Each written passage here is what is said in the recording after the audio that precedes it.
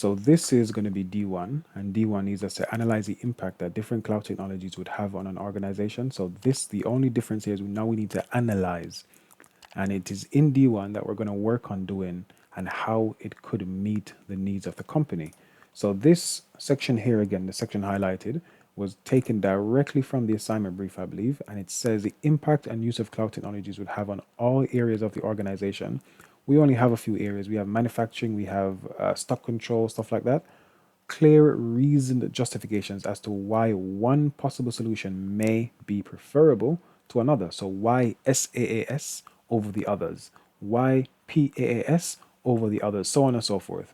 We need to also mention the legal requirements and their impact on use and deployment of cloud services. You need to provide a balanced consideration of the impact that cloud technologies would have on the organization, both in terms of enhancing and improving the current practice and how it will result in changes or challenges. So we need to do good and bad. So if we move to IAAS, why is this going to be good? If we move to PAAS, why is it going to be good and why is it going to be bad? So on and so forth.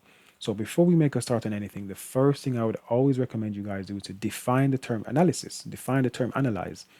This is what we're going to be doing this entire section. So we need to define these terms. One single sentence is perfectly fine, and let's move on. Reference it and move on. Now that you know all about the cloud, how can each cloud computing model meet the needs of the company? So we know what SaaS means, we know the benefits, we know the drawbacks, because we had this image here that details exactly what we need to manage, and it details exactly what the cloud provider needs to manage as well. So that's where I would start.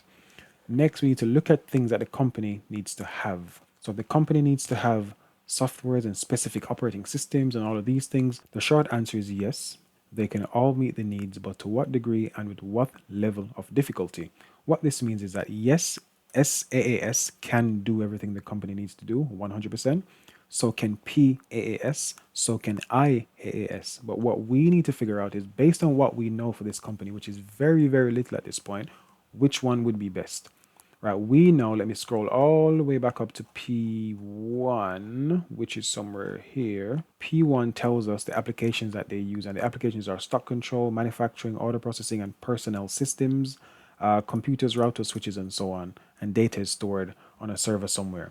Because we have all this information, now let me explain my train of thought. I would go for PAAS. I wouldn't go for IAAS because there's too much to manage, in my humble opinion. It might be perfectly okay for this company, but I don't care what operating system is being used. Once the operating system is being used, works with my applications, and I can connect to my data and everything works, I really don't care. It's probably going to be mouse, keyboard with a user interface as well. That's all I need. I probably wouldn't go software as a service because, again, the fact that we're manufacturing things and we have a stock control system, again, this is all stuff that you can write in your explanation as well. Because we have all those things, I can make the assumption that we have paying customers, we have customers details, we have customers cards, addresses, and so on and so forth. So because of that, I would want to control the data part of it. The data part is very, very important. I want to control my application data, so the data that's generated by my applications.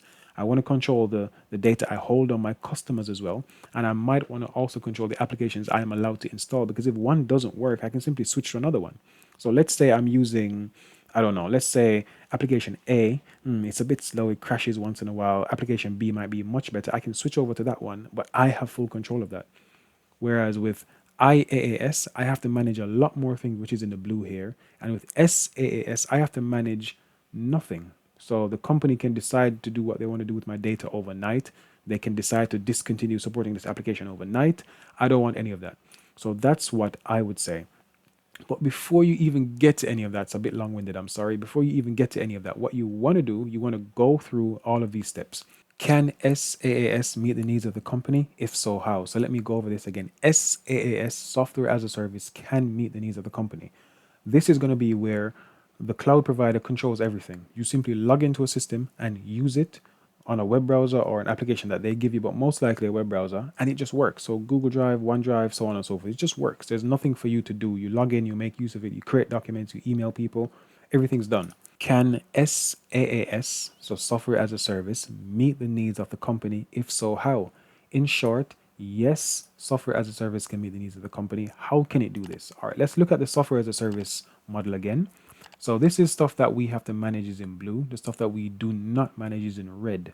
So this means that we log into a system like, let's say, OneDrive or Google Drive, where the company, so Microsoft for OneDrive and Google for Google Drive, they manage everything in the background. The only thing that we get to see is the user interface.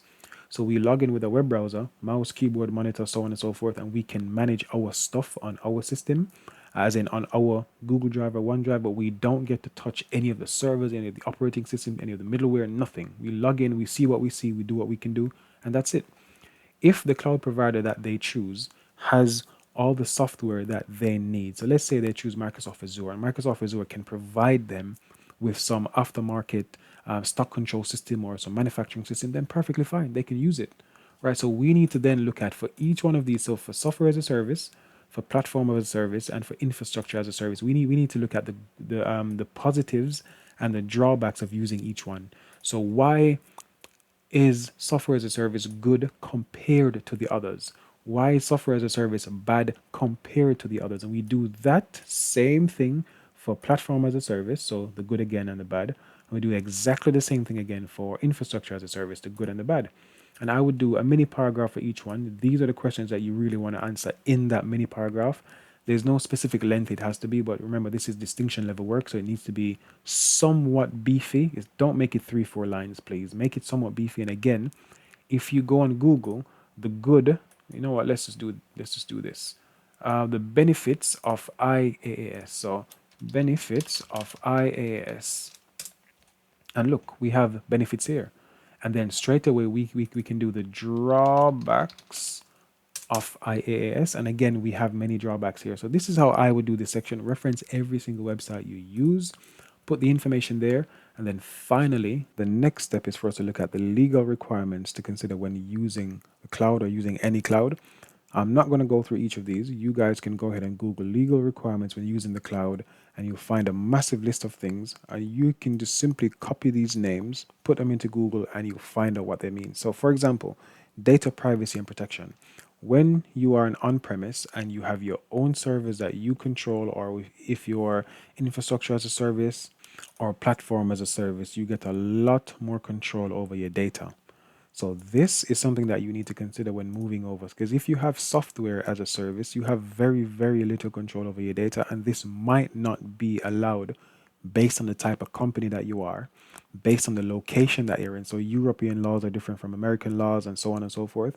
So you need to consider that as well. Contractual obligations. If you have a contract with a big company, let's say I'm using Amazon Cloud, but I have a contract with the American Defense Agency or MI5, they might not want their information on any of the cloud providers. I'm just a company that provides services, and they might say, we cannot have this on Amazon, we cannot have this on Google, we can't have this on Azure. So I need to consider those things as well. So go through the list.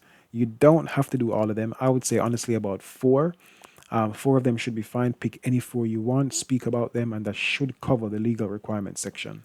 The last thing I want to go over is this section here that says you need to provide a balanced consideration of the impact that cloud technologies would have on the organization, both in terms of enhancing and improving current practice and how this will result in changes or challenges.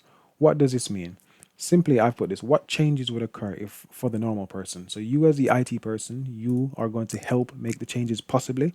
So what changes would happen for the normal person?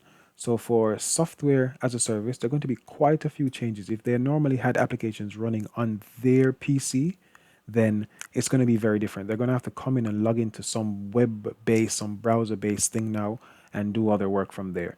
If it's platform as a service or infrastructure as a service for this specific company, not many changes, because again, they mainly use, I think, like 4 or 5 applications. That's all they really care about. And once they work, they work. The main difference, the main change for them is going to come in software as a service. But again, I said for my thing, I would choose platform as a service moving forward, and it's because they have a lot less to manage. The two things that they need to really have control of again is their application and their data. This is my opinion. Your teacher might tell you it's infrastructure as a service, but this is going to be a lot of work. This is going to be almost as much work as what they have for on-premise. So because ideally with the cloud you want less work, less headache, I would go for this method here.